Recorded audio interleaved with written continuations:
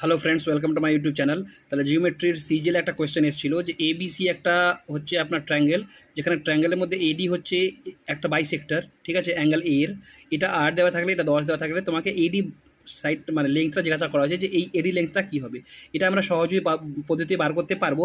Actually shortcut formula হয়, একটা সাথে মাথায় রাখতে হবে যে এডি সমান সমান হয় 2ab cos theta by A plus B. ভেবে নাও যে যদি এটা 60 ডিগ্রি হয় টোটালটা, তাহলে এই অ্যাঙ্গেলটা হয়ে যাবে 30 ডিগ্রি, আর এই অ্যাঙ্গেলটাও হয়ে যাবে 30 ডিগ্রি।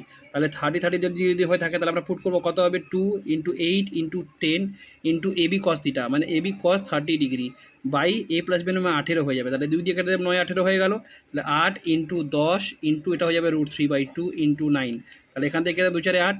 এইবার ক্যালকুলেশন করে নেবো। এই ধরনের ভিডিওর জন্য আপনাকে আমার চ্যানেলটাকে ফলো করে সাবস্ক্রাইব করে নিন, তাহলে এই ধরনের ভিডিও দেখতে পাবেন। Thank you.